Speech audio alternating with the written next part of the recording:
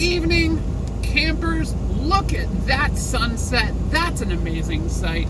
Have I mentioned yet lately, just in any of the recent videos, I love this job. I love this job. Do you know how many sunsets I used to watch in my last job? Actually, more than you'd think, but not many. My Best Buy store that I was security for happened to face the sunset on certain days, but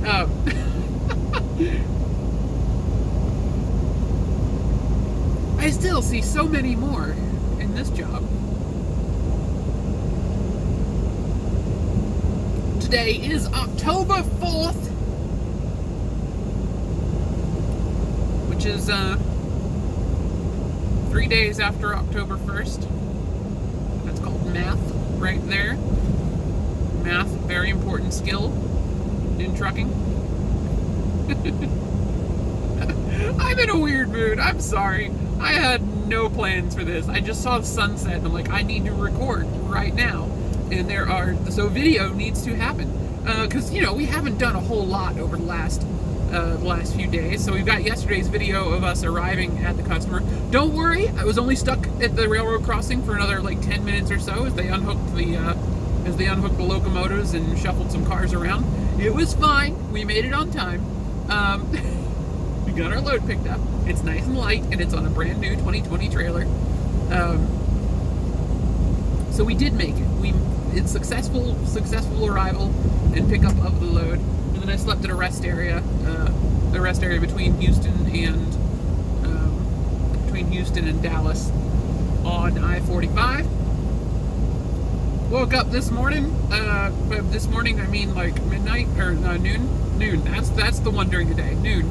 I was driving till like 3 a.m. because we picked up the load at midnight. So I woke up at noonish and headed up towards Dallas. We took U.S. Highway 287 through the city of Fort Worth instead of going all the way around Dallas. We just got off of 45 straight on 287 because it turns out since the last time I was in the Dallas-Fort Worth metropolitan area, they have actually turned 287 into almost completely into a freeway between I-45 and I-20. It's fantastic. There's no stoplights there's no stops or stoplights now between I-45 and I-35E. So that's like all smooth sailing. A couple of little crossroads which are only awkward when people are dumb and pull out in front of you. But it's like 65 mile an hour the whole way. And then in the section from 35E to I-20, there's like one stoplight. And that stoplight was causing like a 2 or 3 mile backup in both directions. So maybe don't hit that road during rush hour. But it's super useful for the section that I used anyway.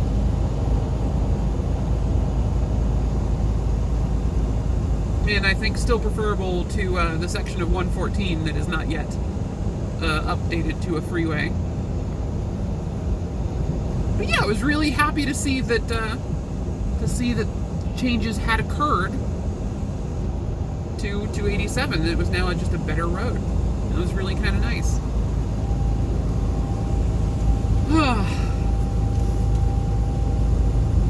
But yeah, so we are a bit west of Wichita Falls, Texas. Still Texas. Oklahoma's just off to the right somewhere, but not super close.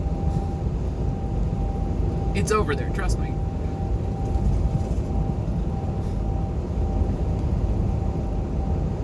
So I'm going to point it out again. I did it in a previous video, but let's also see if I can't focus on. There we go. Focus on the light coming off the sky there. So there's the beams of light which people are used to looking for, just sun rays, or I think people call them fingers of God when they're pointed at the ground. But What's more interesting is the gaps in the sun rays, because those are the shadows. I pointed this out at one point last week, and it like blew some people's minds. But like those dark streaks in the sky, that is due to the Earth being round. The shocker, we live on a spherical planet. Well, an oblate spheroid planet. Not perfectly circular, of course, but a little bit wider in the middle than it is at on the top and bottom. But it is spherical to a degree, and it spins around on its axis, which is inclined at like 23.5 degrees, and also orbits around the sun. So what happens here is that the sun, gator. Gator is a strip of tire in the road. So as the sun has dropped below the horizon for us, it's just, high in the sky above Australia at the moment, I believe. Well, maybe not Australia, but, what's a country in, what's a country between Australia and Hawaii? Oh, I should know this. Just insert random Philippine island here. Sun is high in the sky for the other parts of the world, but for us it is below the horizon, and there are structures on the surface of the Earth. So we are now behind the surface of the Earth. The surface of the Earth is between us and the sun. So there are structures on the surface of the Earth. Buildings we make, but those aren't really big enough to make it a big deal. But there's mountains, and there's clouds above the mountains, which aren't really on the surface, but effectively are on the surface when you're thinking of the planet as a whole. A tower of cloud, the gap between the bottom of the cloud and the ground is really nothing on a planetary scale. So those shadows are features that just happen to be tall, casting shadows into the sky above me because of the shape of the planet. It's amazing. I love this stuff. But yeah, if you have any friends that are into the whole flat Earth thing, just like show them that happening at some point and explain why there are shadows in the sky. And that's like, something that you can literally see every single day as the sun goes down, especially if there's like thunderstorms in the area, which there are today. There are some pop-up thunderstorms meandering around the Texas Panhandle, which is that direction directly in front of us. So, probably what those shadows are from. We can't actually see whatever is casting those shadows because the sun is so much farther below the horizon. But it's probably a thunderstorm. Or maybe mountains? I don't know. I don't think it's mountains. I'm assuming thunderstorm because the sky's kind of I think there's one thunderstorm to the left, and I think maybe another one directly ahead of us. So that's just kind of like a gap between the two clouds where the sun's coming through in frame. So yeah, I wasn't planning on spending half of a video talking about that again, but here we are.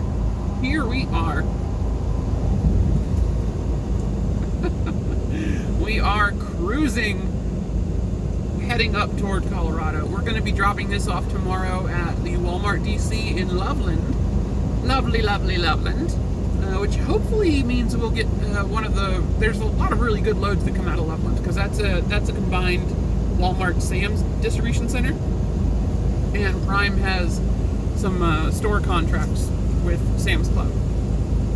So we sometimes get loads that come out of that distribution center, which are just like mixed electronics or furniture and stuff just loaded onto a Prime trailer, even though I've never had one where the reefer needed to be on. They're all dry loads just stuffed into the reefer. And but they fill those trailers to the gills and contract Prime to run them out to Sam's Club stores, like the one in Great Falls, Montana, or South Jordan, Utah, are the two I've been to. And those stores have Prime trailers at them, so you just show up, back into a dock, drop the trailer, hook up to an empty one, and leave with it. So that's pretty cool. The stores do make that easy. Nice and easy dropping hooks at store deliveries, which is a lot easier than any of the people I know that do store deliveries. All the people I know that do like dedicated routes for store deliveries have to like help unload stuff. we've got some of our regional guys do Pier 1 store deliveries, and Pier 1 stores, turns out, don't have truck docks. So you just have to like park near their back doors. And they've got forklifts and stuff, and they'll lift product off of the back of the trailer, and you have to move it to the back by hand sometimes, because a lot of it's not on pallets. So yeah, those loads I'm sure are fun. I'm told they pay great to account for that awkwardness of hand unloading the trailer. But you know, it's nice that we don't actually, like, for the one main store deliveries that I do, I don't have to actually stay with the trailer for it to be unloaded, unless of course somebody screwed up and didn't dock the trailers right. That's happened before at the Walmart in Great Falls. Their dock locks can't grab the trailer if the trailer isn't pushed all the way into the dock. So a lot of prime drivers just back into the dock, pop the brakes, and then as the airbags deflate, which I was talking about in the previous video, as the airbags deflate, the trailer sinks forward a little bit. So if you don't then release the brakes and push it all the way against the dock, then they can't unload it at that particular Walmart. Not Walmart, Sam's Club. It's a Sam's Club store. It's the same people. It's the same people. But yeah, they can't unload it if the driver doesn't push it all the way into the dock like that. So I've had that happen before, where the person ahead of me, the person before I got there, dropped a loaded trailer, took an empty, and didn't push the loaded trailer all the way in. So I showed up and they hadn't been able to unload the other trailer. So I have to dock my trailer, shove it all the way in, and then hook up to the other person's trailer, shove that one all the way in, and then unhook, go to sleep, and just take an empty in the morning. I've had that happen there before. But that's fine. I usually plan to sleep at that Sam's Club anyway when I'm there, because they happen to have a Domino's in their parking lot, and that's super nice. Not in their parking lot, like, it's in the parking lot of the building next door, which is very nice. I like having pizza available, especially Domino's, where I can get the buffalo specialty chicken from Domino's, which is like cheese curds and chicken wings and buffalo sauce. It's wonderful. Now we're on food. I've covered every topic I can possibly think of in this video, and we're only 12 and a half minutes in. What will I talk about next? I do not know. I'm so sorry for just being rambly, and I don't have, like, narratives anymore. You guys know where I'm going. I go to the same places all the time. I know some folks were, like, real tired of seeing Nebraska and Wyoming over and over again last year. So I hope we've at least avoided repeating too much of that this year, though we've seen a decent chunk of Texas lately. But that's, you know, 2 trips in the last 3 months. Sorry, Apophis, didn't mean to go over the line. It's fine. Please don't yell at me.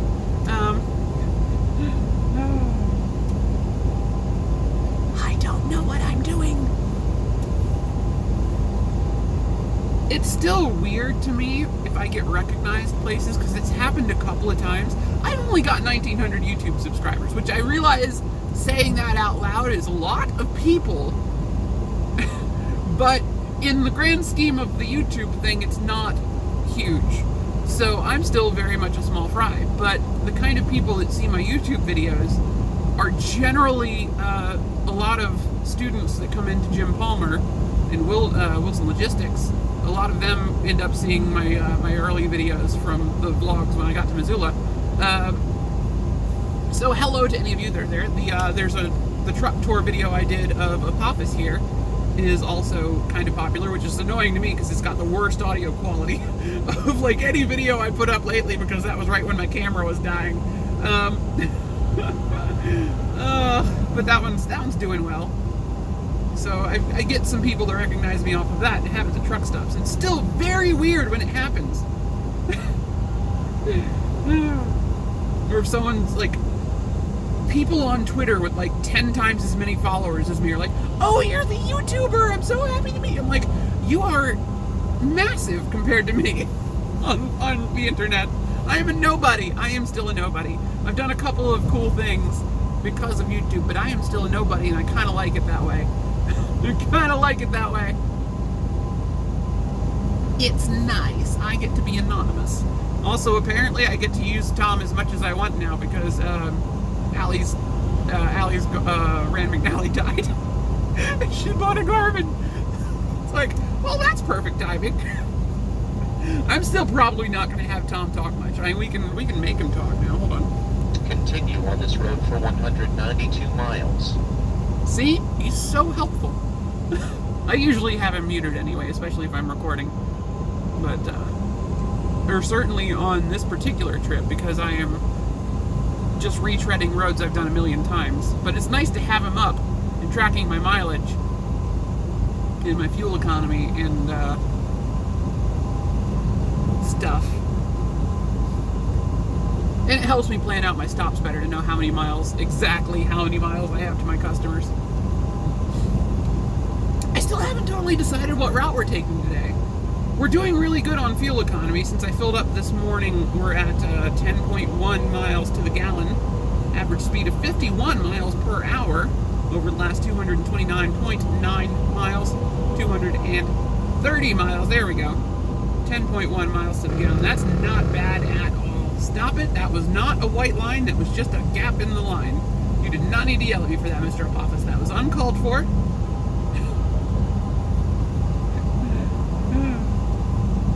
10.1 miles to the gallon.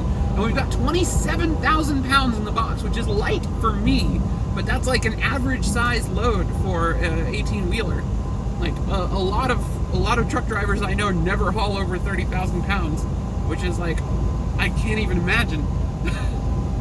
Like, if I had this truck as an owner op and was getting 10 something miles to the gallon, hauling loads up to 30,000 pounds, jeez, I'd be woof. That'd be amazing. But no, we're hauling food, and food is heavy because food is often frozen, and water adds weight. The ice in the food makes it heavier. And lots of food contains water just off the bat, and water's heavy. Water is heavy. Gosh, I've just gone all over the place today. I don't know what's wrong with me. Hey, blue lights, what's that? What are the blue lights? Is that on my side or the other side? I can't tell. Where'd they go? Where are the blue lights? I think they're on the far side. Yeah, they're on the far side. Maybe in the median? We'll just stay in this lane, because they were definitely to the left of the guy in the left lane. Very stroby blue yellow lights. I think it's in the median, whatever that is. I can't tell. It's flashing too much. Appears to be okay. So that's one of the trailers that they use to transport orange cones, orange barrels around a construction zone. That's what that is. On the back of it, it has a left-right arrow sign thing, so that if it's driving along the road picking up barrels, it tells people coming up on it to merge away.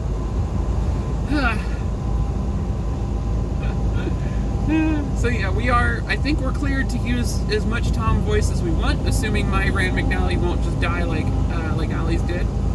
What is that? Mecum transport? Like a classic car transporter? That's cool. Those kinds of trailers are they're auto racks, but with walls and ceilings, so you can transport expensive or old cars without them getting damaged. Or a lot of racing teams have those for transporting the race car. And you can also basically, if you're only hauling one race car, you can also stuff that thing with tires and tools, and it basically can be converted into like an entire mobile garage just to support a race car. So those are really cool. You see a lot of them. We've bumped into them before coming out of Salt Lake City and Las Vegas after big races. All the NASCAR teams and their haulers. That'd be a cool thing to do someday. Haul a NASCAR trailer. That'd be cool. Hey, it's Sonic. I've had a lot of caffeine today. Just if you're wondering why I am in the mood I am in, as the sun slowly fades in the distance, and my camera slowly loses focus on anything beyond my dirty windshield. Again, I literally got the truck washed yesterday, power washed. It was wonderful, and it's still, yeah. I don't know how people get nice windshields. I just don't.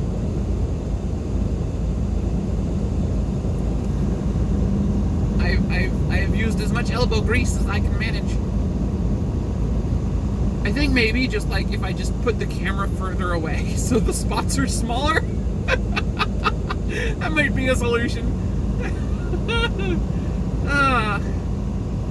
It might be harder to get the camera to focus past them. I don't know. Anyway, I'm probably just going to cut this now. Thank you guys so much for watching. My name is Eliodare.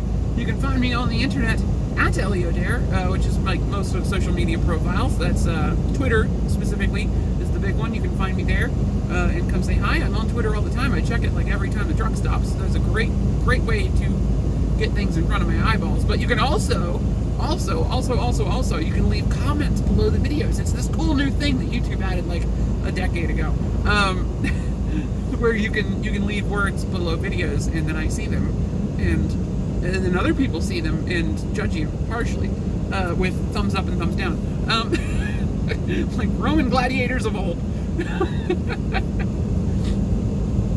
And you can also find me on gaming services, Xbox Live, Steam, Nintendo. If you follow me on Twitter, you can see lots and lots of videos of like just short clips of me playing Untitled Goose Game, which is the most delightful video game I've played in a very long time. It's just pure joy. Just being a goose. So yeah, thank you guys so much for watching, and have a great day. Bye! Oh, see all the red lights on the horizon? Those are wind turbines, and all the lights are synced up, so they all blink at the same time. It's really cool. Blink! Bye!